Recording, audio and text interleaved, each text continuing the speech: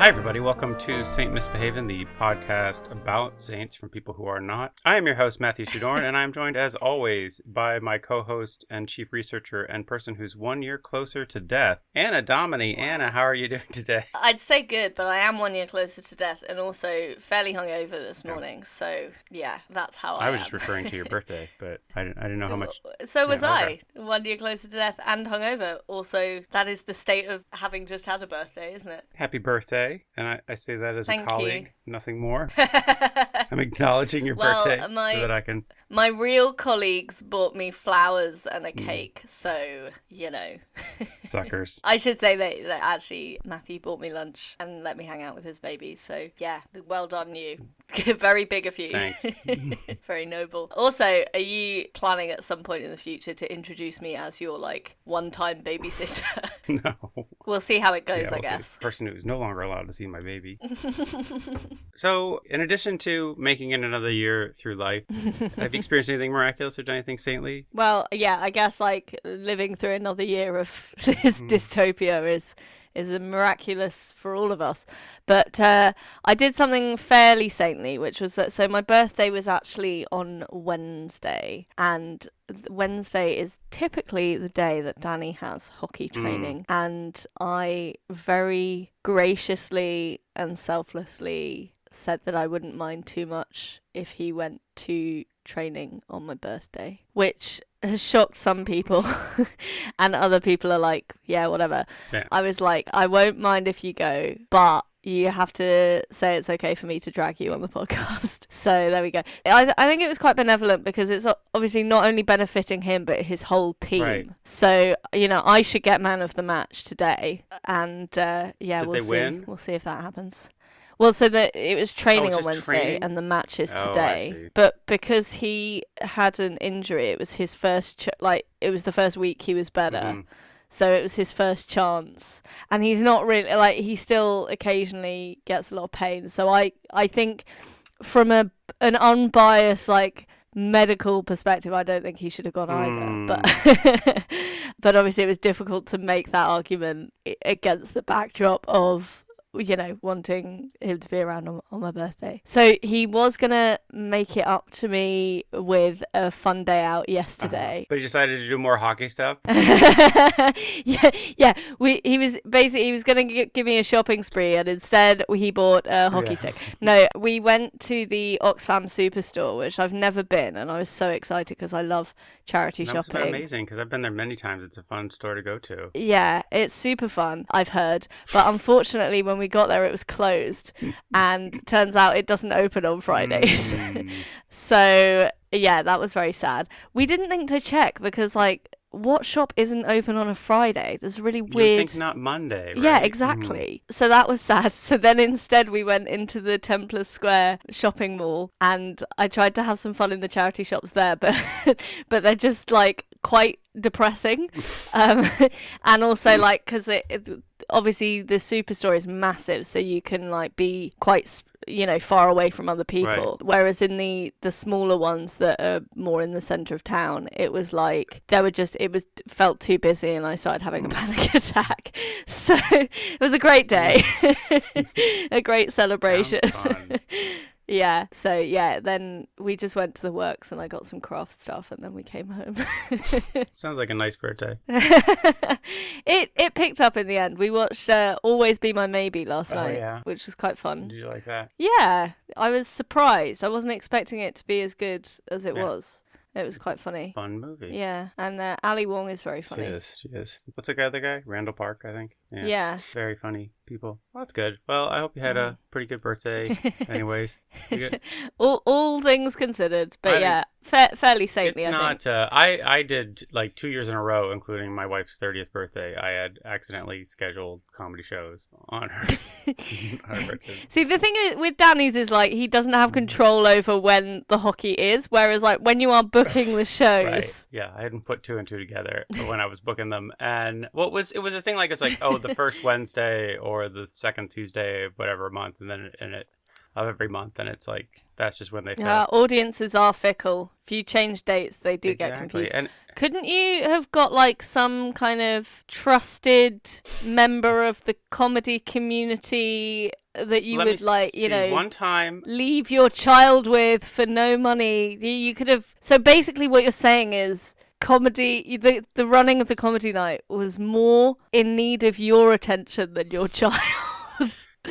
Given that you would let me babysit in Tavish, fairness, but not your comedy like for her night. 30th, we had a big party planned for that weekend. So it really and her 30th. Oh, cool. Okay. Look, the other thing is, one time I was tragically called away because I had to attend a funeral, and I did ask someone. Oh, you definitely said that just to make me feel bad, didn't you? And I did ask someone to cover one of my shows, and I think that someone, let me look through my records, was Anna Domini. And when was that? Did I not show up in the end? no, you did show up. Oh, was that the one where I was late because I broke my foot? No, I don't know. I wasn't there. All I know about the show is that while I am sitting around with Alice's family, kind of feeling bummed out because we went to a funeral, I got a message through the QED page with somebody complaining, for the first time ever, I will add, that the content of the show was such that they walked out. Yes. Oh, because someone made a joke about diabetes. Yeah. I remember that now. Someone made a joke about diabetes, and someone took it very personally and left the show. And so then I had to write a long response and apology to this person. Yeah. And they were put off live comedy for life. Yep. That did happen on my watch. Although, to be fair, with improvised comedy or even stand-up, you don't know what someone's going to say. Yeah. So, you know, it wasn't my fault. Also, apart from those two, everyone had a great time. Okay. So... Well, from my perspective, it sounded like a disaster. Fair. Wait, so now you're going to leave your actual child alone with me? Well, I'm not going to get... I don't think you've thought this through. Well, my child doesn't have a Facebook account, so they're not going to send me some bad feedback. So, right, if I mess up looking after your child, it won't do you reputational damage, is what you're saying. Okay, fair enough. That's logical. Anyways. So, Anna, today is February 13th, 2022. Who is today's saint? Well, we are actually looking forward 2 days to the 15th, because on the 15th it is the feast day of Saint Sigfried. Saint Sigfried. Yeah. And Saint Roy? No, it's Sigfried and Roy, famous. I do not get your magicians. References. They had a lot of tigers. One of them got mauled by the tiger. Oh my God! Was tragic. Was this in Tiger King? No. This is Sigfried and Roy were like they're way before. They're like famous Las Vegas magicians. They were successful for many years, and then their act came to a tragic end when one day one of their white tigers mauled one of them. Oh my God! This sounds like you could do a new series called Ain't Disappearing about magicians. Maybe for the Patreon. Maybe. I think that'd be quite fun. We could start with that saint that we did that was the patron saint of magicians. Tom Bosco? Yeah, maybe. Yeah, with all his eggs. Anyways, so yes. What's the deal? Who is Saint Sigfried? So, Saint Sigfried, well, there's almost no information about his early life. We don't know when he was born? Somewhere in England. But when? Oh, when?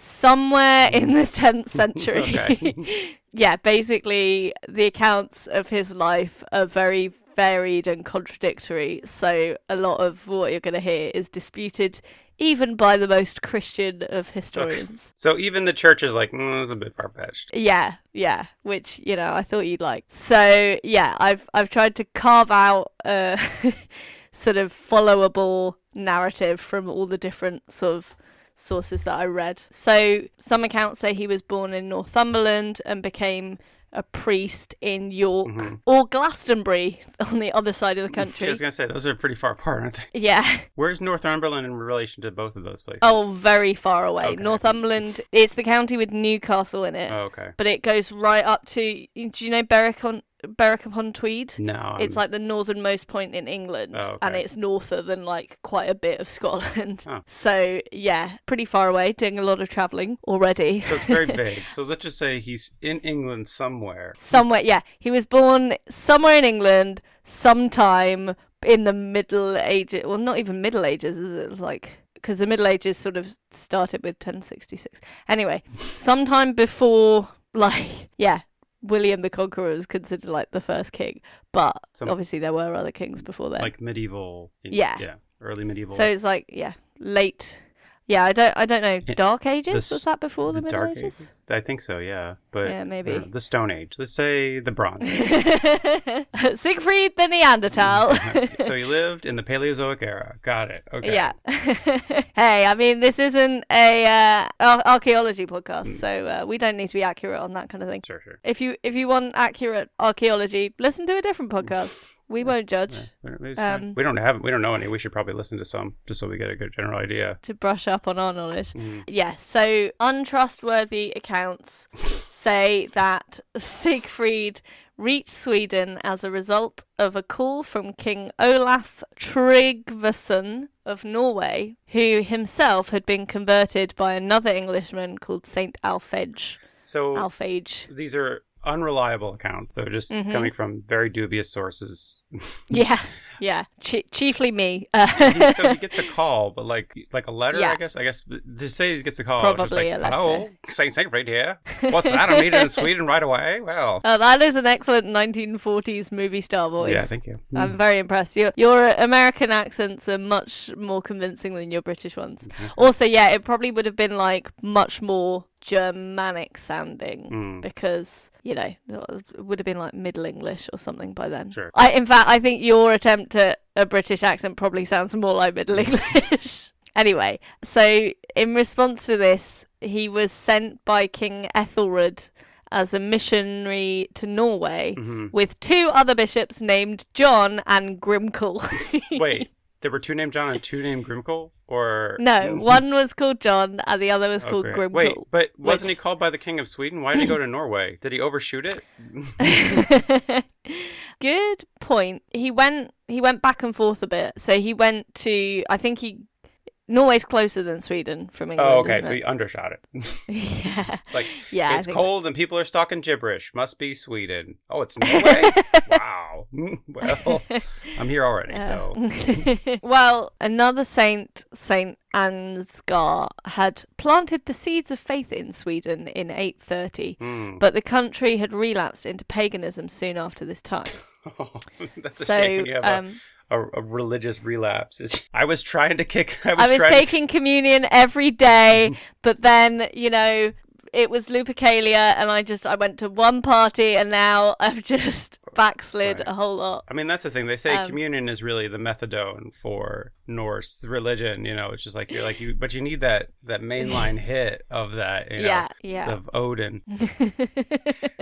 You know, anyways. To inject that Thor into my veins. Right. Anyway, a second wave of missionary saints, including Sigfrid, followed about 2 centuries later. So, yeah, they started in Norway under the protection of the Archbishop of Bremen, which is actually in Germany. Wait, this was like an all hands on deck thing for the Christians. Yeah. Like, we lost Sweden. Everybody to Sweden right now. We can't. Possibly. We can't afford to lose Sweden. Send in the bishops! After converting many pagans, Sigfrid continued on to Sweden in around 1008, which is very specific given no one knows when he was born. Right. We know exactly where he was in 1008. He could have been 11 years old. He could have been 40. We don't know, but we know exactly where he was. The history's youngest missionary saint. Obviously not history's youngest actual saint, because that includes, I think there was an 8-year-old who was super Christian and died in 18th century Italy. Well, we'll get to that when we get to that. Yeah. We're back in the year 1000 now. So this is interesting and gives you a sign of how contradictory the accounts are. Because I just said he continued on to Sweden in 1008. And then my next paragraph says, he arrived in Sweden around the year 10,000. Oh, sorry. Yeah, 1000. Oh. So I don't know if he got lost or, He was in Sweden in 1000, and then he went to Norway, and he's like, I better get back. He could have. He did go back and forth a fair amount. But he arrived for the first time, maybe, in Sweden around the year 1000 and conducted successful missions in the Smaland and Västergötland districts. Probably mispronouncing that. Smaland. That's where the dragon lives. Well, the thing is, Västergötland has 2 dots over the A and the O, so It could be like Vasta Gotland or something. I don't know. And 2 dots over the V. I have no idea what this means. He was joined by his 3 nephews who came with him on the journey and were his chief assistants in his apostolic efforts. Mm-hmm. Their names were Unaman, Cinnamon, and Winnaman. Wait, what happened to John and what's his face? Oh, they were there too, but these guys were his nephews. All right, and it's really the Huey, Dewey, and Louie of exactly. the Sigfried's to Sigfried's Scrooge. So wait, it was cardamom, cinnamon, and Unaman, Cinnamon, and Winnaman. So Unaman was a priest, Cinnamon was a deacon, and Winnaman was a subdeacon. Oh wow! So there was hierarchy among the nephews. I was gonna say and then Unaman was a rabbi. It's a priest, a deacon, and a rabbi. It's everywhere they went. It was just like walking.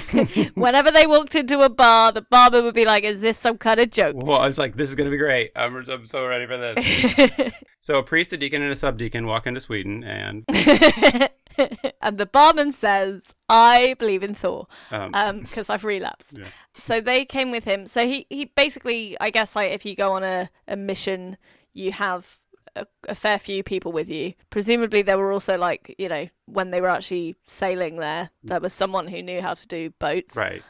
So there was at least you need like the utility crew, the guys who were like working the boats, cooking the meals. Yeah. I like to imagine they're like it's like a covered wagon. There's a guy. There's like a cookie. Like, beans is on. You can't be converting the Swedes without some beans. Get some beans in your belly. Anyways, that was weird. So they're coming in full force. They brought a small battalion of missionaries, of nephews. Yeah, just kicking in doors and it's like, we've come here to convert Christians and eat dried fish. So it was quite smart, really. What he did was. Sigfrid was he converted 12 of the principal men of the province, mm-hmm. who then, I guess, their like serfs and employees and stuff followed in their example. So it's kind of like a pyramid scheme, you convert the guys at the top, right. And then they convert the guys under them, and then like pretty soon you've converted the whole country. See, right? This is how like modern day influencers, right? You pay influencers to endorse your product, seeds. Right? And then, so if there are any influencers listening, do get in touch with us. We're on saintmisbehavenpod@gmail.com. There's no G in behaven, but there is in Gmail. I think if there's any influencers listening and you want to convert the Swedish people, please get in touch, and we will. We are very much interested in making sure that Sweden stays Christian. And wait, surely we'd be interested in making sure that Sweden isn't Christian, given the nature of our podcast. Actually, yeah, we're really interested in making sure that Sweden gets back into Norse mythology. So if you want to become like an influencer, that would be really good for our Patreon podcast, to be fair. Yeah. If they did that. Well, actually, so Sweden, I looked this up. Turns out it's a whole country. They're really into particle board furniture. Very weird. No, they disavowed Christianity as the state religion sometime in the 20th century. Oh, good for them. So yeah, they don't. So basically the Church of Sweden is no longer like, a national body, I guess. Okay, well that's good. Fun facts. Yeah, it's good. Progress keep that in the socialist utopias of Scandinavia. Yeah. Keep the church and state separate. Mm-hmm. Unless it's Thor. You definitely want to get.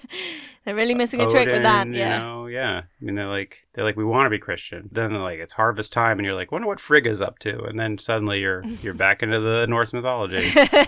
Backsliding again. Anyways, so they convert the top men, and then it helps them convert people down the ladder, whether they want to be converted or not. It sounds like. Yeah, as is often the way. Yeah. So the fountain near the mountain of Ostrobo. Always fun when your research randomly ends up rhyming, I find. So the fountain near the mountain of Ostrobo, in which Sigfrid baptized his converts, long retained the names of these first 12, which were engraved on a monument. It says retained, not like still have, so I don't know if this fountain is now gone, but it's a mythical thing. It's not there anymore unless you, read the holy documents. Oh, I get it. The fountain near the mountain fell in a hole near the North Pole. Is that what happened to them? Yes, yeah, that's what happened. Yeah, I think I did read that somewhere on the cool. Wikipedia. So yeah. And the flagon with the dragon has the poison with the pestle. Very nice. But what is it? I like how we're incorporating our warm up now into the the recording. The vessel with the vessel from the castle. The vessel from the castle has the brew that is true. I forget what it is. Anyways. Okay. What is that? There's a thing from The Court Jester, which is an old Danny Kaye. I don't know. It's like this movie from the 40s. Danny Kaye, famous song and dance actor. But it's got this very great tongue twister where they're trying to poison somebody because he's the court jester and he has to do a jousting thing and they're trying to poison the other guy. And then they're like, okay, the flagon with the dragon as the poison with the pestle, and then the thing with and then the vessel with the pestle. It was just like this whole long thing, but it's very funny to watch. And then one of them breaks and he's like, okay, so now the poison's in this other thing that rhymes, and it becomes this increasingly complicated tongue twister, which is very fun to watch. And I'm butchering. So let's move on. Okay. Thank you for that explanation. The Court Jester, check it out, everybody. It's probably on TCM right now. What is TCM? Oh, Christ. Never mind. We have a British audience. Turner Classic Movies. Primarily. Do we? We're actually slightly higher up in America than we are here, really? according to my numbers. Okay. That's surprising. If you're listening in America. Maybe, tell us why. So the fountain had these guys. The fountain by the mountain. The fountain by the mountain had all these guys baptized, and their names were forever etched in stone until they were. Yeah. And So others began to be attracted to come and see Sigfried, particularly having heard of the rich fabrics and beautiful vessels used during the celebration of Mass. You gonna go see the Sigfried? I don't know. I heard it's pretty boring. I know he's boring, but have you the stagecraft is amazing. All right, the fabrics. I mean, you got it. It's worth the trip rich. For the fabrics alone, and the vessels. Come on, they're so good. Will you drink the blood of Christ? Well, that is a very pretty jug. So how bad can it be? It's like I wasn't gonna, but to drink from a jug that beautiful, a vessel that beautiful. Oh my God, why not? I'd drink anything out of that, frankly. Yeah, they were the vessels used during the celebration of Mass, so it literally was like. Yeah, the communion wine. So yeah, it's just been like he's trying to preach and people are just kind of sneaking up just like behind him like, I just want to touch the garment. What are you doing back there? I just want to touch it. It looks like it's going to be so soft. Let me just get a quick touch. Come on. Oh, such great fabrics. Also to hear his preaching and observe the dignity and majesty of Christian worship. So much dignity. He's barely even covered in dung. So dignified. I mean, IKEA's Swedish, isn't it? Yeah. So clearly maybe this was the beginning of Scandinavia being known for excellent interior design, all thanks to Sigfried. It is, yeah. It seems like he's really left a lasting mark. It's like the clean lines, and I heard it was really easy to assemble. It's like it wasn't that easy to assemble. It's a handcrafted, beautiful vessel. You can't get that in flat pack. This is the thing. Saint Sigfried shows up in Sweden with just a few bolts of fabric and an Allen wrench, and all of a sudden he's taken over there. It's a beautiful show that he puts on there. Anyways, yeah, touring theatre troupe with his bishops and his nephews. So that's what attracted them first, is the fabrics and the dignity. But it was the example of the lives of Sigfried and his companion missionaries that opened their eyes to the faith and led to the baptism of many, including the king. Oh, they got the king. That's a big get. Wait, what were they doing that was so exemplary? Was it just preaching? Just the preaching in the fabrics? Yep. Hey, man, any religion with fabrics this good, they got to be knowing what's going on, man. Yeah. Can't argue with that. You can't argue with craftsmanship, is what I'm saying. Exactly. I mean, as artists ourselves, I think we can relate here that, you can't argue with good craftsmanship. In the South, they got an expression that says, when you buy quality, you only cry once. And that is what I'm saying about Christianity. You buy a quality religion, you're going to get... When do you cry? The guilt after your first, time masturbating? What I'm saying is the guilt after your first time having sex before you're married. It's an expensive buy-in because you got to buy some really fancy clothes. But then after that, you're good. It's good. It's pretty good. If you buy good and only cry once, what is the point of investing in fancy hankies then? I have no response for that. Wow. I could see that. That was rude. You really blew my mind with that. I'm like, I don't know. Yeah, you're right. So I guess the life lesson here is just buy cheap hankies. Otherwise, they're just going to waste. Yeah, exactly. better to make 1,000 holes in your hankies than to buy a fancy one that's never used. Yeah. I don't know. Isn't that, wow, think about that, guys. And I mean, I'm sure our listeners were not expecting that level of profundity on on their Sunday. What's the thing that's Sunday like listening? It's the Terry Pratchett thing, the boot. That's, Oh yeah, that really blew up. Where they're like, "This is how we're explaining poverty to people that never." Heim's boots. Heinz yeah, boots, yeah. Which is, for those of you who don't know, it's always like Terry Pratchett's usually pretty smart about stuff and occasionally has some nuggets of genius. I find him unreadable, but he seems pretty smart.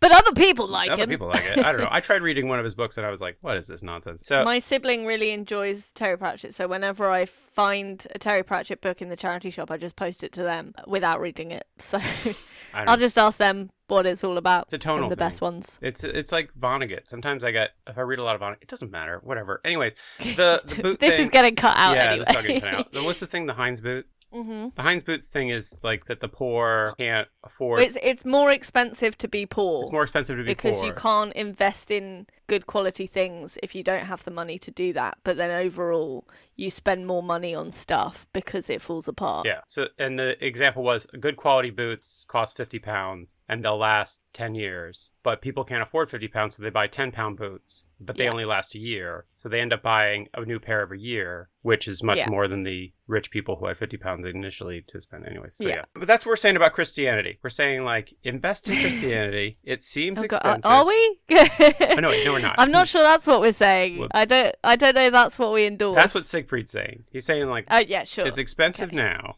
but your immortal soul. Anyway. Yeah, priceless. Anyway, yeah, so he gets the king on board. Yes, who I think was King Saint Olaf Skotkonung of Sweden. So he got a sainthood out of this too. Yes, yeah. Oh, I can see why. When you're a king and you get baptized, that's the bar is pretty low. It's like he originally got like platinum membership. He's like, if you join now, we'll make you a saint. That's how you get the king in, and then you get everybody down the line. So the thing is, as a thanks for being baptized, the king told Sigfrid he could have land to build a church on. Yeah. So I guess maybe that was enough for him to become a saint himself. Who knows? We might find out about him on another day. Perhaps. You never know. If he was interesting enough. So yeah, the king was baptized at Husaby in a spring that later bore Sigfrid's name and was the site of many miracles, which I cannot find details of, sadly. So if you go to Husaby, they're like, so this is the spring and there's lots of miracles. Yeah, any particular, just a lot. That's too many to even number. Like we're really going for quantity over quality with these miracles. So many miracles. I couldn't even begin to start to tell you about them. But they definitely happened. Don't worry about it. Miracles are very private things. We don't like to talk about them. But we can tell you absolutely that they happen. Exactly. And yeah, so many. So the Swedish kingdom as a whole, however, long remained a conservative bastion of traditional Nordic polytheism. Okay. Interesting that polytheism is considered conservative. Yeah. I would have thought that the Christianity would be more conservative than the... Yes. But I don't know. Yeah. I don't really know what honestly, I don't know what the day-to-day religion of Nordic polytheism But I mean, like, involves. If the Ragnarok myth, which we went through on our Patreon, is any indication, it seems pretty buck wild. So True. Yeah, maybe we should do more on that on the Patreon. Yeah. If you subscribe to the Patreon, you'll be able to tell us what you want to hear more of. Yeah. So you can always just tell us. Join our ranks of growing numbers. We doubled recently our listenership on the Patreon. Our subscribers on the Patreon. So anyway. Help us double it again. Anyway, the conservative Nordic polytheist defended the sort of polytheistic establishment against Christian missions with a law forbidding forcible conversion. Seems like a fair law. You know what? Yeah, again, doesn't sound super conservative. Yeah. Well, I don't know. Like, yeah, I mean, I feel like that should be the minimum of, like, you would think that within the church, they'd be like, yeah, we're not in favor of forcing people to be converted either. Like, that's... Yeah, I'm not so sure. Just bursting into their house and throwing them underwater. I'm saving your soul! You're baptized now! Well, it's interesting you should say that because, like, I used to be a nanny for a vicar and I had to take his kids to church and he'd be like, you have to take communion. And I'd be like, no, I don't. I'm not a Christian. He was like, well, you're baptized, so I think you're a Christian, so you should take communion. I don't know if that's a mainstream view or just him being a weirdo. Sorry, you baptized and there's the official doctrine of no backsies. Yeah. It was like, but I was a baby. So that's the thing. I guess there is kind of forcible conversion in that you get converted when you aren't able to say no because you're a baby. That's fair. So, yeah. I think that you should get that preliminary baptism just in case you die as a baby so you don't end up in purgatory. Well, that's what it's for, yeah. But then later on, there should be okay, well, now we need a real commitment from you. That often happens. First communion is when you're 8, so you're definitely old enough to make your own decisions about your life by then, right? When you're 8? Yeah. That's why 8-year-olds can vote. Yeah. I mean, you do get confirmed in... So I guess, in the Catholic Church, there's confirmation, which is okay, we're going to confirm that we've let you coast for 14 years. All right, we've given you 14 years of credit. You could have gotten into heaven at any time if you'd have died. But now we're the real hard work starts now. Well, no, but surely it would have been purgatory rather than heaven. I don't know how it works. No, if you're baptized, you get to go to heaven. But it's if you're not like unbaptized, I have a degree in this. You go to... So if you think about purgatory is full of tons of unbaptized babies. Oh, okay. Fair enough. So it might be fun. Well, they're sinners. It's their fault, isn't it? Yeah, think about it. Anyway, yeah, so the destruction of the principal cult centre of Thor, Wodan and Fricko in Uppsala was not carried out until late in the 11th century, so after Sigfrid's kind of time. Oh, okay. So eventually they were just we've had enough of these Norse gods. We're going to go burn down their temple. Yeah. Destroy their idols, I guess. It's rather, what's the word? Hypocritical that they're these guys are a cult, so we're burning it down. They call it the Norse guys. Those guys are the cult. And that is why we as a mob are going to go and burn that down now. Indeed. But hey, look at these nice fabrics and this tasty, tasty blood of Christ. Now, before you ask whether this is right or not, let me just direct you to this fine silk. Ooh. That is very nice silk. I mean, as someone who now has free reign to decorate their own flat, I don't like to say homeowner because the bank owns my home, let's be real. Okay. But I can decorate it. And, I am more interested in these things now that I actually have a choice. Mm-hmm. But not so much that I would join a cult. Right. Apart from, interiors Instagrams. That's fair. Your Pinterest is extremely cold. Bordering on worrying, yes. I like that you're I'm a property owner, no homeowner. No. Oh, wow, okay. Mortgage haver, please. Yeah, I've got a place, no homeowner. Anyways, so they destroy after he's dead. Yes, but this is after Sigfrid. So Sigfrid... he just planted the seeds of crushing other people's and that seed grew into a... tree of oppression. A tree that eventually destroyed all the other trees around it. Yeah, the biggest, bestest tree. Sigfrid's career therefore belonged to a period when neither of these goals had been achieved yet, but his success, fame and influence on the younger missionaries nevertheless sufficed to earn him recognition. Okay. So he was basically going to be travelling around a lot. On the way through Varend, an area which would eventually become Vaxjö, or maybe Vaxjö, I don't know. I'm trying to pronounce it right, but it probably sounds more wrong than if I just stick with what I know. I think you're doing a great job. Thank you. Siegfried and his party camped on the north shore next to a small lake known as Vaxjøs John. Vaxjøs John? Vaxjøs John, I don't know. Vaxjøs toilet. Okay, got it. Yeah, I mean, they dumped their shit in the lake, probably. Yeah, that's pretty much it, yeah. That's what you do with a lake. What are lakes for if not to just poop into? So, yeah, on their way through this place, they camped by this lake that was full of poo, presumably. The locals were like, hey, that's not a lake, it's just a septic tank. Guys, you don't want to camp there. And, because they'd only been in England, they were like, wow, I've heard so much about the lakes of Sweden. They're amazing. They're so the great Scandinavian fjords. And it's just, it's got a, eye-watering smell to it. Very distinctive aroma, yeah. That's what they mean when things are breathtakingly beautiful, right? Oh, yeah. It's just the stench. Mostly the methane, yeah. So they were camped by the lake, and then an angel of the Lord appeared to Sigfrid and urged him to build a church right on the spot where they'd camped. Oh. So maybe the fumes made him hallucinate or something? Yeah. Just the sewer fumes are really starting to get to him. He's like, I'm going to build a church here. Perfect place to build a church, yeah. And again, the locals are like, this is not a safe place to build a church. You are all going to get cholera. Sigfrid obeyed the order and made a church out of wood, which I don't know. It sounds like it's half obeying the order because it wouldn't last very long. Do you think the angel came back and was like, so I said make a church, And I see you technically did, but I was really hoping for something a little bit more permanent. And that's on me for not being more specific.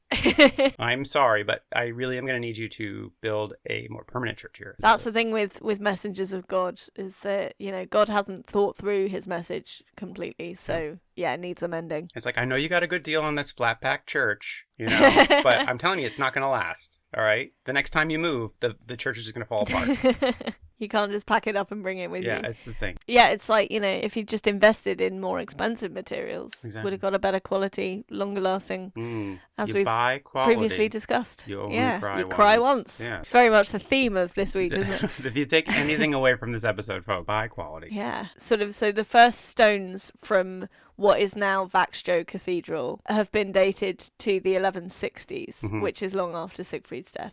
So sometime after he died, they were like, we're just going to get rid of this wooden one and we'll build a proper one now. Boy, this Sigfrid was a great saint, and he had great taste in cloth. Just way too into wood. Not a great carpenter. We're just going to scrap this whole thing. I mean, let's keep the curtains. Those are great. No one's saying that. The fabrics of those curtains, holy shit, so nice. That's a lasting legacy. These vessels, oh my beautiful. God. Yeah, be careful when we move those to the new church. I do not want to break any one of those. Yeah, presumably they moved it slightly away from the poo smell as well. Yeah. Also, let's move it further up the hill. The location was probably used as a marketplace during pre-Christian times and maybe on a trade route. The point is that at the time, Christian missionaries weren't pioneers, but they were bringing the gospel to areas where there were already existing communities. So that makes sense. Rather than trying to build their own communities, because that'd be starting too much from scratch. Right. Well, I mean, you're starting a new business. It's all about the location. Exactly. You want someplace with a lot of foot traffic, and it seems like that's what they did. So yeah.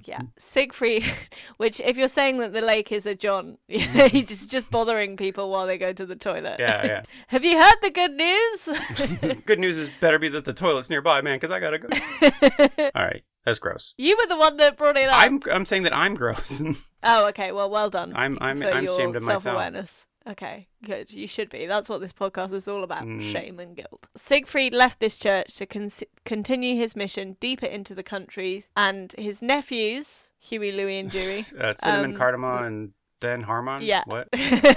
Cinnamon, Unnaman, and Winnaman. Okay. Stayed at the church to develop and complete the Christianization of the area. Siegfried also ordained and consecrated 2 native bishops to govern the neighboring territories. Smart, grassroots. Yeah, he's deputizing guys. Yeah. Delegating, it's very important. Or it's like, this is like a pyramid scheme. It's like, you're the regional managers of this area. I'm going to need you to convert 10 people, and they're going to need to convert 10 people, and so on and so forth. Yeah. So, when he went off on his travels, he made these bishops, but he retained the episcopacy of Vaxjo while he was living. So he was traveling around, but that was his base, I guess. The diocese of Skara, which is around 200 kilometers away, also claims him as its founding bishop. So evidence that he was traveling around. Okay. Or evidence that Skara is just trying to hop on that back. No, he was us too. Look at our fabrics. Ooh, that is just dyed burlap. That is not very impressive fabric. Come on, guys, step it up. Oh, look at this vessel. This is clearly a pot you made yourself, and it is not very good. Listen, resurrection, I can believe, but I do not believe that this is a valuable vessel. Yeah. I'm no fool. Anyway, so Sigfrid returned to England for a while, then back to Sweden by way of Norway and Denmark. So, not much is known of those voyages. Oh, okay. He just popped back to England just to see friends and family. Maybe he had a high school reunion. He's like, I'm going to pop back. That kind of thing. In Glastonbury or York. Yeah, exactly. Where in England? Who could say? When? No one knows. No one knows. But we do know that he went, so let's not... Yeah, for sure. Quit asking questions. While he was away, the nephews had some trouble with some of the pagans around the newly built church. They were perhaps motivated out of hatred for Christianity, but perhaps they were just looking for booty. I was going to say, he did leave them in a land rife with Vikings, so... And, in a church full of beautiful interiors, as we've discussed. Right. They were particularly aesthetic Vikings. They're great fabrics, cool vessels. Our longship is going to look so nice after this. the pagans plundered the church and eventually went so far as to murder the monks, i.e. the 3 nephews, by cutting off their heads. Okay. The heads were placed in a locked wooden box that was lowered/flung, depending on the account, into the lake. Oh, they threw them in the poo lake? I think that's important to acknowledge that difference in the accounts. Like, in some, they were carefully placed there, in others just thrown. Wait, so were because like throwing a head, like heads are quite heavy, right? Yeah. Famously heavy as the head. So like, yeah, I think that's important. I don't think you understand that phrase. Do you know why that? Do you know the rest of that phrase? Yes, heavy as the head that eats the crayons. No, that's it's the crown that's where's heavy. The crown? Yes, and that's why the head is heavy. But no, the head is also quite a heavy body part. I would agree. As someone with an outsized head, I 100% agree with this. But even normal heads are quite heavy. Right. Like there's a well-known thing about the human race. Anyway. But so they're saying like they were beheaded and their heads were put in boxes by the people who beheaded them, or is this like a burial later? No, so I think the heads were thrown into the lake like, any normal gangster would throw corpses into, a large body of water, right? Right. But why put them in a wooden box? Evidence. I don't know. Is the box also filled with stones? Listen, these criminals loved interiors, okay? So they were like, we're going to chop your heads off, but we are going to put you in a fancy vessel, okay? It makes sense. Also, if you're throwing heads, I'm like, just throw. I feel like it's more fun to just throw a head on its own, right? Like that seems like a fun game that you play when you're like a Viking, is that you chop off somebody's head and then like, okay, everybody gets a head. Who can see who can throw the head the farthest? Oh wow. Do you think they skip them like stones? Yeah, they try. To see who get the most bounces. See if it was like winter and they do it on an icy lake, and this is how they invented curling. Yep. Let's say that. The bodies were buried in the middle of the forest where they were never found. In some accounts, the murderers weren't pagans, but were in fact the 12 aristocrats that Sigfried had converted in the beginning, presumably to advance their own positions in the church, which is quite funny because it suggests that, Jesus's message of non-violence and, non-hierarchical society was very much fell on deaf ears. Yeah. They were like, we're going to convert, and then they'll let their guard down. As soon as that guy's gone, we'll strike. Yeah, or maybe they were pagans originally, they were the converts, and they'd been actually still pagan the whole time. Or do you think they fell off the Christian wagon? And they were like, cool, we're Christians now, this is great, we're having a great time. And then one day they were just, we want to go burn and pillage, and then somebody was like, actually that's not really Christian, now that you're Christian you can't really do that. And it's like, oh okay, well then fuck this noise. Let's chop off some heads. I've got this new sport I want to try out. Oh dear. When Sigfried eventually returned to the church to meet his nephews, he saw a light over the lake that led him to the place where the tub now floated on the surface, with the 3 heads shining like stars. So that's why it's important that they were in a wooden box, I guess, because the box actually floated. Sure. Even though it had 3 heads in it, which is quite heavy. Heavier the 3 heads that are in the box. Yes, as the saying goes. Yes, that's what they say. As Shakespeare famously wrote, yeah. Siegfried thus miraculously recovered the 3 heads, and he claimed that they could still talk. Well, that sounds upsetting. He asked them they said, I quote, "Oh my God, why am I still alive? This is worse than death. This is horrible. Oh God, please release me, sweet Jesus." That's weird. That's exactly what they said when he found they could still talk. No, he asked whether the crime would be avenged. Yes, replied the first head. When? Asked the second. In the 3rd generation, answered the third. So they basically did a little play, like, just for him. It was great. Well, they were like, when's this going to be revenged? And I wish Saint Sigfried had pulled out a shotgun and been like, today. I'm afraid that did not happen. But it's claimed that the saint had brilliantly used these dead heads to terrorize his living enemies. So he was like, these heads could talk. Oh, what's that? We're going to avenge you, are we? Oh, God. I was like, oh, the heads have told me they're really cross with you. And then, apparently this was enough to terrify the pagans. I think, if anybody's doing a ventriloquist act with decapitated heads, terrifies pretty much everybody. Decapitated heads. That would be pretty horrifying, yeah. The king was very angry to hear about these deaths and resolved to execute the murderers. But at Sigfrid's earnest entreaties, Olaf spared their lives. An early testimony against capital punishment. So Sigfrid was clearly like, let me just traumatize them by pretending the heads can talk. That'll be punishment enough. It turns out that there's things worse than death. And it's confronting your crimes. Yeah, being confronted face with decapitated heads. Olaf compelled the guilty murderers to pay a heavy fine to Sigfrid, but he also refused to accept that, even though he was living in extreme poverty and had to contend with rebuilding his church and presumably also restocking all the nice fabrics and pots that had been stolen in the process. It's like, oh, that's the real sin here, is that now he's going to have to like replace all of these, these fabrics were irreplaceable. They were. What about your nephews? They were especially, whatever, I can have more nephews. My sister is a whore, all right? Don't worry about it. Wow. But these fabrics, they came all the way from the Orient. But also, if he'd accepted some money, he could have used that to pay for therapy. Yeah, that's true. Might have helped. He did accept compensation in the way of a gift of 2 estates where he could build more churches at Hof and Turebry. That was very big of him to accept a bunch of land. I guess, yeah. Nothing will console me. How about a few acres? Okay, that will console me. Property. Would I be a landowner or a mortgage haver, though? That's crucial. No homeowner. They're just for church. But by refusing more money, he earned even more moral high ground that made his missionary work more successful. He's playing so people the long were like, game. Respect. Yeah. It was like, he didn't want any money to avenge his nephews. What a guy. Apart from those estates. Yeah. But they're for churches. So it's not technically money, is it? Just, aristocracy. He became so renowned that the Germans tried to claim him as their own, insisting he'd been born in either Bremen or Hamburg. So adding even more confusion to where he was from, I guess. So like the Germans are just like, oh, that guy's ours. No, totally. What, England? No, whatever. Since when? No, he's always been German. Now that he's cool.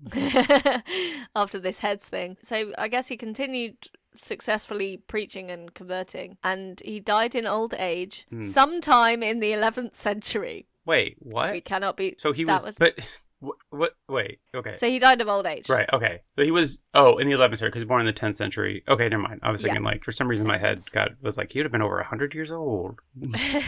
We just don't know. He could have been. Could have been. Could have also been 13. Could have had a very active couple of years. For sure. His sister might have been older as well as a whore, But she was definitely a whore. We are definitely saying that. That is on record. That's what the accounts confirm. That's what the accounts confirm. That she's just popping out kids left and right. And somehow they all rhyme with cinnamon. Had rhyming names, Rhyming. She was very creative with her naming. So he was canonized around 2 centuries later, although the historical evidence for that event is patchy, which I found kind of amusing because it's like, he's probably a saint.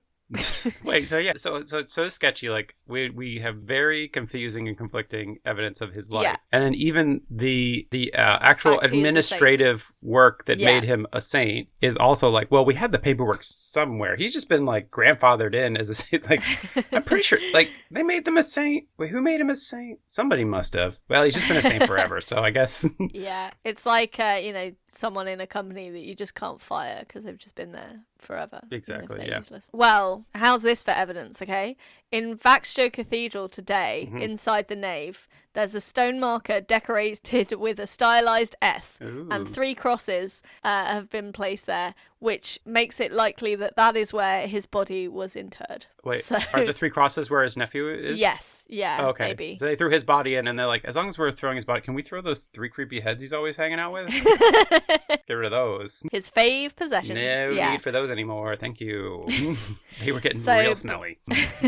So yeah, I like that because it's like, what was he a saint? Well, there's this S that must be for Sigfrid. Couldn't stand for anything else. Couldn't be for anything else. There's not even any. Or some people say it is the burial place of Santa Claus. No, definitely Sigfrid. Oh, no. So his bones are there. And in Vaxjo Cathedral, which, originally wood, then stone. Soon to be steel.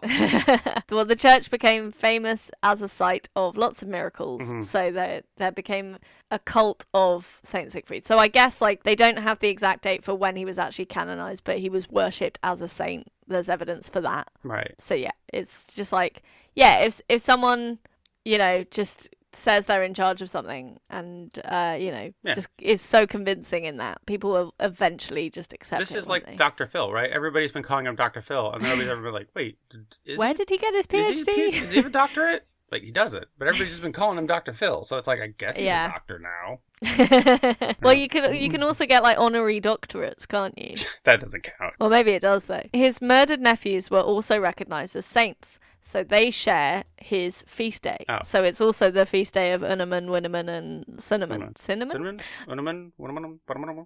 Huey, Dewey, and Louie. Huey, Dewey, Let's just Louie. call them that. Well, that's kind of Poetic justice. I guess, I don't know. It seems crappy for them. They're like, well, we got beheaded. And this guy didn't even get beheaded. He didn't even get martyred, you know? Yeah, but I mean, I guess he did more of the converting, maybe. I guess so. They wouldn't have been there if it wasn't for him, which, Yes. I don't know, whatever. Sucks for them. Yeah, I don't, no, there's no winning here for Unamun, Cinnamon, and Winnaman. There's No. just... Hey, they get to be saints. They were also Christian, remember? So they probably liked that. That was probably what they wanted. They were like, yeah, beheading, woo!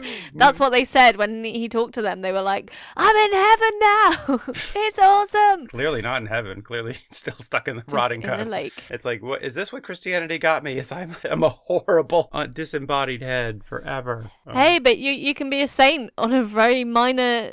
You can share the feast day with me and your two brothers. Yeah. Wow, that's worse. This is a worse fate than Saint Crispian. Well, at least only had to share it with his brother, whose name was mostly his name, anyways. And it's like Saint Sigfried and it's like, what did you mumble there? Yeah. I clearly said 3 names.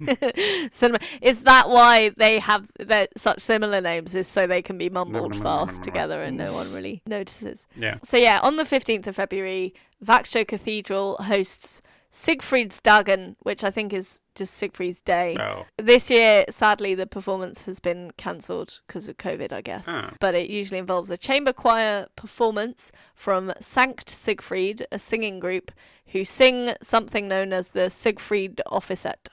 So that happens What's that? on the 15th.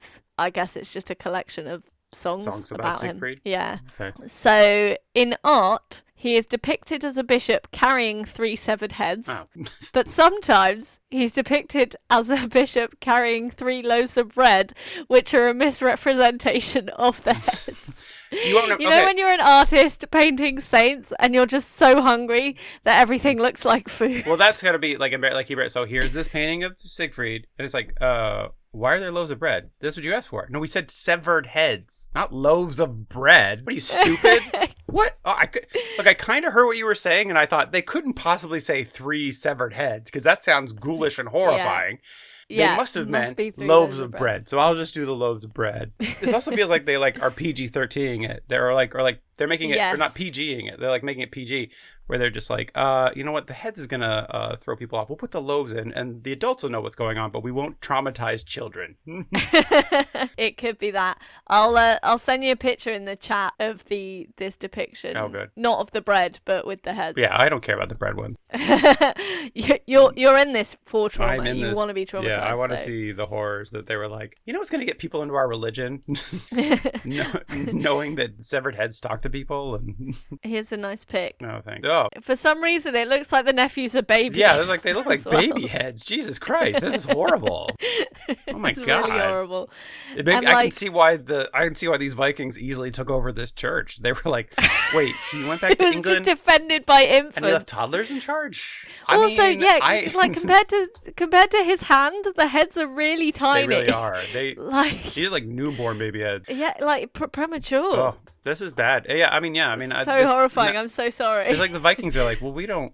I mean, normally we wouldn't rob a church, but it's too easy, right? Like we kind of have to. They're kind of asking for it. Yeah, if we don't, we look like idiots, right? Yeah. So, yes, he's depicted as carrying 3 severed heads, or carrying 3 loaves of bread, or baptizing King Olaf, or travelling in a ship with the 2 bishops. Mm-hmm. And sometimes he's depicted as a bishop menaced by devils. When did that happen? Which I'm sad I couldn't find a story about that. Maybe he was menaced by the devils like that was just his trauma from his nephews being dead. Maybe. I don't know. The devil's of polytheism. So that's Sigfried, his life and afterlife. So wait, Sigfried, Siegfried Day. Yeah. It's just hanging out at the church. It sounds like it'd be a cool like day for drinking or something. Like it's Oktoberfest in Sweden, but because it's like Siegfried's Dagen. Yeah. Yeah, I think we'll cover another Swedish saint later in the year who has a bigger like festival. We'd better. Okay, that's an Anna guarantee. So that was his life and his afterlife. On the basis of that, can you guess what his patronages are? Is he the patron saint of pyramid schemes? I mean, multi-level marketing. I mean, surely the patron saint of pyramid schemes is like St. Peter, right? The OG starting the church. Yeah, I guess it's true. Is he the patron saint of curling? No, surely that would be the Vikings. Oh, yeah, that's true. I guess he would would be anti-curling. Is he the patron saint in protection from curling? This is our Olympics-themed episode, folks. Nice. Oh, yeah, Winter Olympics as well. Very good. Yeah. Is he the patron saint of taking very poor care of your nephews? He should be. Is he the patron saint of influencers? He isn't. No. Although he did a good job with the pyramid scheme. Is he the patron saint of ventriloquists? It sounds like that's what he did. That would probably still be Don Bosco, you know, like magicians, ventriloquists, and associated performance artists, you know. Is he the patron saint of being vaguely in England? Surprisingly not. He is a patron saint of Sweden. Oh, really? Not the patron saint of Sweden, Just a patron sadly. saint. Just a patron saint. But he is the only patron saint of Gotland in Sweden. Okay. Where's that? Because he got a lot of land. But that's a real place. Where is it? I guess it might be the province where all his stuff was going on. Let me see. Oh, it is definitely in Sweden. Oh, it's an island off the coast of Sweden. Ooh. Interesting.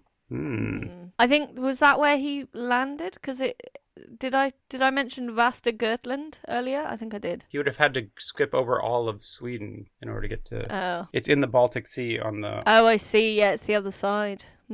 Interesting. I don't know. I have not attempted to map his journey. Anyway, yeah, so that's the only two patronages, is a shared one of Sweden and he's the patron of... Scotland? Oh, okay. Yeah, patron saint of But doesn't even get to be the patron saint of Vesta Gotland? No. Oh, that's lame. Yeah. I think, I'm not clear on the geography. Vasta Gotland was mentioned as well, but I wasn't sure if it was like part of Gotland or what. No, it doesn't seem like it should be. Because there's no lake, because that's an island, and there's a lake near Vasta Gotland. That's actually a quite substantial lake. Oh, yeah, it's like a whole hole you can see in the map. Yeah, it's why it was miraculous that the heads were found. Yeah, because it does seem very you know, it's the Viking equivalent of trying to find a needle in a haystack is trying to find 3 severed heads in a lake. In a lake, yeah. Yeah, I thought it would be like a little tiny lake. Like a little pond. Yeah, no, they could dump so much poo in there and it wouldn't smell for ages. I mean, I guess maybe if they're dumping all of Sweden's poo in there. I don't actually know if they were dumping any poo in there. You just made that up, so... I can do what I want. Okay. So... Yeah, it is your podcast. He did all that stuff. He fought so many pagans. He went all over so many people. Scandinavia. Yeah, and all he got... For some reason, he made Scandinavia his problem. I guess because they were backsliding. But he like heard about it in England, and he's like, well, these people are well and truly beaten down. So let's move on to Sweden. And then he only got 2 patronages out of it. And I don't think his nephews got any patronages. They just got a day. That was it. Be happy for your day. Get back in your box. Oh my god. Headbutt. Yeah, they don't have any patronages. Oh well. Sad just for them. to be babies, to be baby bishops and have forever young. Forever young. I wanna be forever. Anyways, well, that's all right.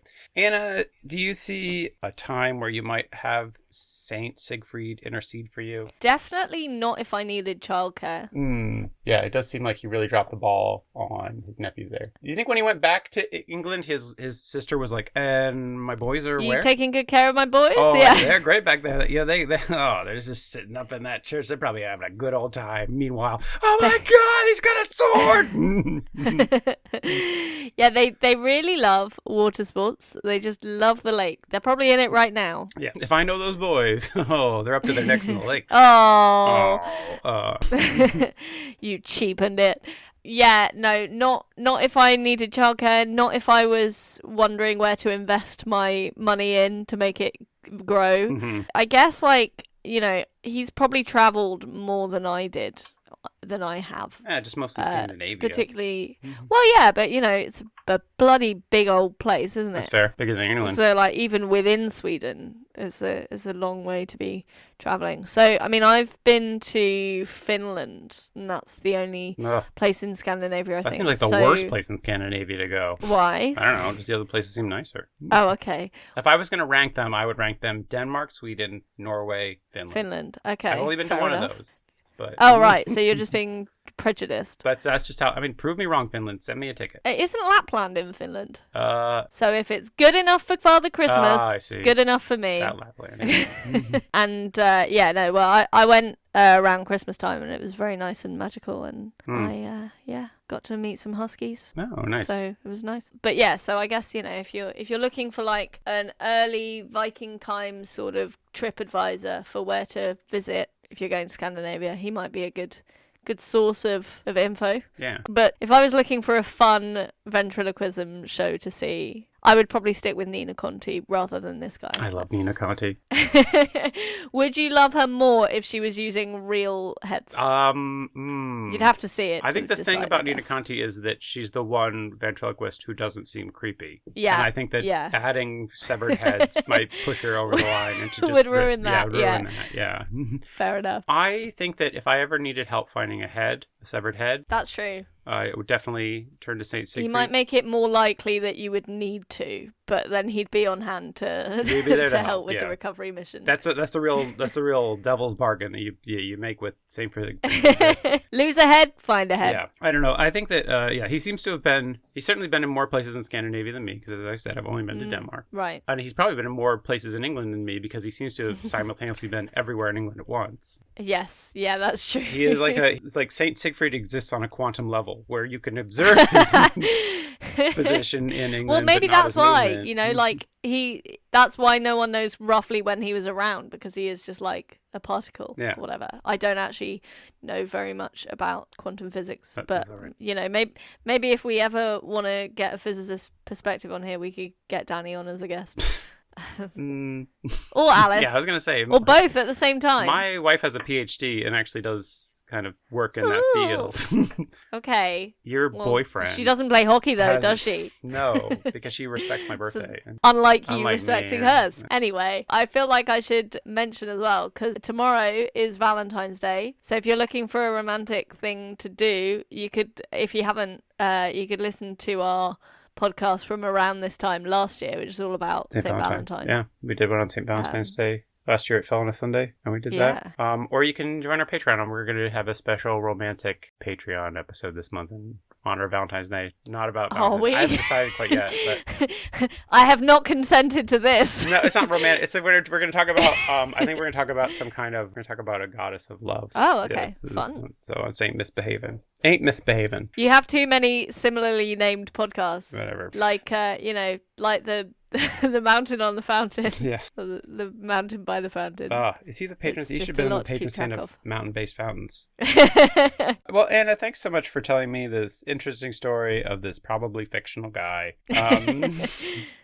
It was still fun. So the Catholics still consider him a saint, right? Yes. Because there was, I think maybe during Vatican II, they purged a bunch of saints. They were like, well, these guys are obviously fictional. Including Saint Christopher got purged in that. Oh, okay. Yeah. So they were like, okay, well, these aren't real. And they're not real saints anymore. But they're still keeping Saint Sigfrid, holding on tight to Saint Sigfried. Apparently so, yeah. And Huey, Dewey, and Louie. I guess maybe it's he's got such a body count behind him that they must have been real. It's like if you kill enough people with your faith, you can be a saint. Yeah, that's the way to become a saint, guys. Something we can all aspire to. Yeah. Yes. So, when you buy quality, you cry once. You only cry once. That's for your dead nephews. We gotta remember. But then you get to be a saint. Everybody gets to be a saint. You get to be a saint, and you get to be a saint. The king. But only if you invest €100 up front. Yeah, I mean that's the thing. The king invested a lot of money, so he got to be saint. It seems like he bought his way in. All right. Well, anyways, thanks Anna. I'll look him up. For telling us this amazing story about Saint Sigfried. Really appreciate it. You are very welcome. Have a blessed day. Bye. Bye.